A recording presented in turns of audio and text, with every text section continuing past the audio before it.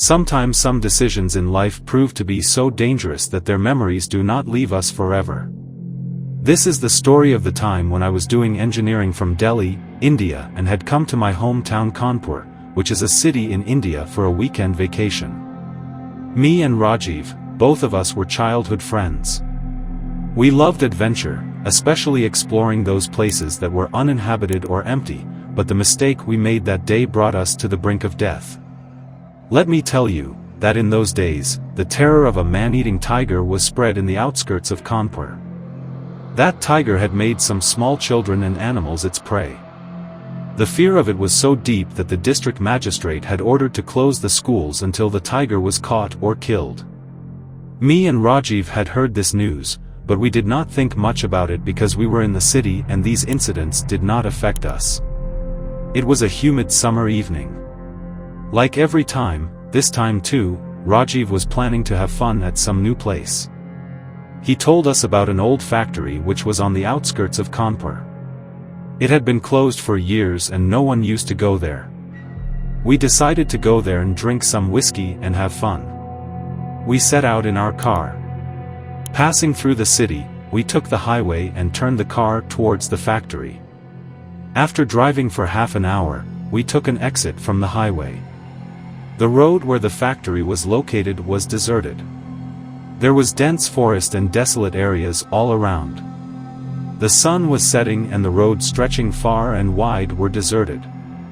We were enjoying ourselves, completely unaware of the fact that we were entering the area where the fear of the tiger was spread and which had made many children and livestock its victims.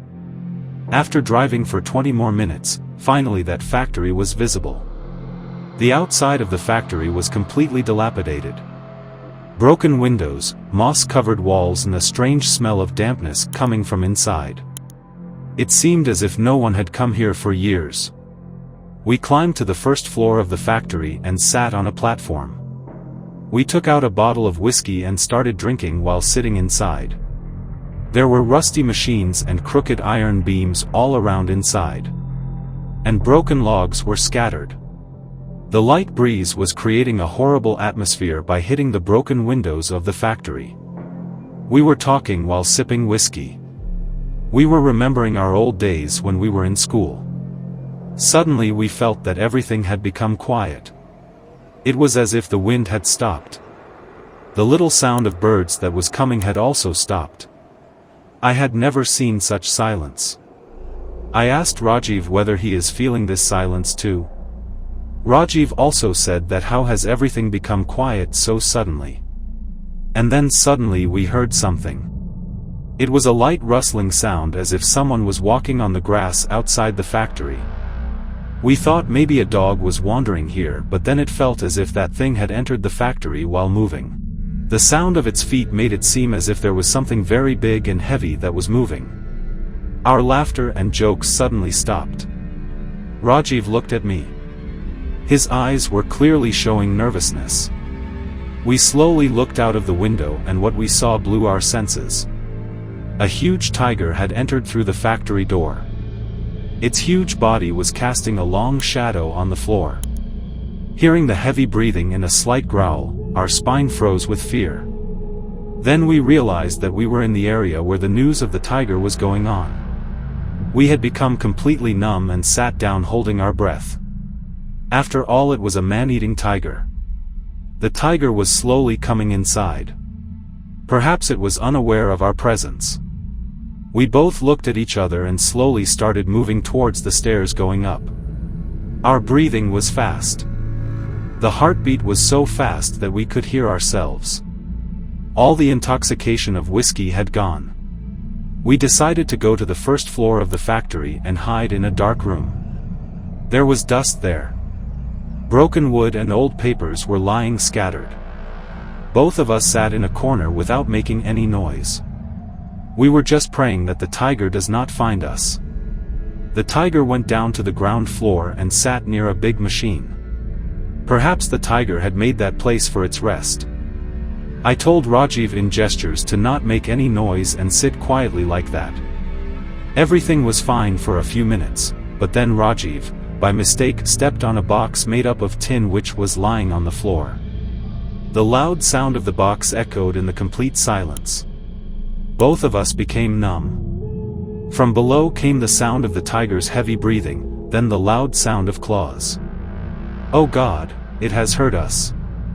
I looked at Rajiv angrily, but now was not the time to say anything to him. The tiger roared loudly below. The whole factory echoed with its roar. Our legs were trembling and hands were drenched in sweat. Now we had to get out of here, otherwise in the next few minutes we were going to become the tiger's food. The tiger was now trying to climb up. Its heavy steps were echoing on the iron stairs.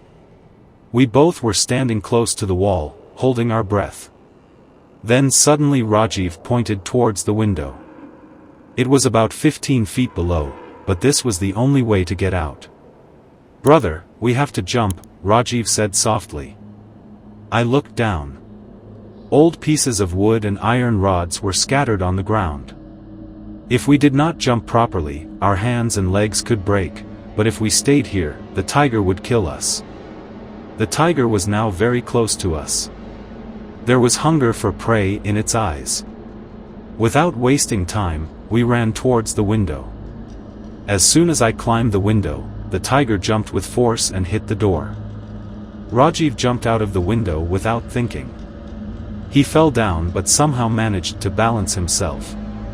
Now it was my turn. I gathered courage and jumped. As soon as I fell down, my leg got sprained a little, but there was no time to cry over it. We both ran out of the factory quick. The tiger was now angry. He saw us and ran towards us with all its might. Our car was parked a little far away. We were running to save our lives. My breathing was getting faster. I was so nervous that my legs were not cooperating. The tiger was now just a few feet away. As soon as I opened the door of the car, Rajiv jumped inside. I threw myself inside with all my strength and closed the door. The tiger hit the glass of the car with full force. Its sharp-pointed eyes were staring at us. It started moving around the car in anger and started scratching it with its claws. Rajiv started the engine in a panic and pressed the accelerator with full force. The car moved forward with a jerk and started running on the road. When I looked back, the tiger was still standing outside the factory. It was roaring in anger, but it did not chase us. We looked at each other.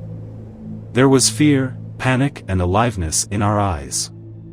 We were happy to be saved. We came back and informed the police about this. The forest department and the police raided the area and surrounded the factory, but by then the tiger had disappeared again. One thing I remember is that when the tiger was walking or running, it was limping a little as if it had some injury in its legs. Perhaps this was the reason that it had become a man-eater. When tigers, lions or leopards gets injured or grows old, they become man-eaters because it is easy to hunt humans and their flesh is also soft compared to other animals. After that day, we never dared to go to any deserted place. We realized that life is not a Hollywood movie where the hero always survives. Even today, when I pass by that factory, I get goosebumps. I think that if we had been late by even a second that day, perhaps we would not have been alive to tell this story today. Have you ever been stuck in such a horrifying situation? Do tell us in the comments. If you like this video, then like and share it. If you have not yet subscribed, then quickly press the button and become a part of our family, and keep watching heart-wrenching horror stories. If you also have a similar horror story, then do share it with us.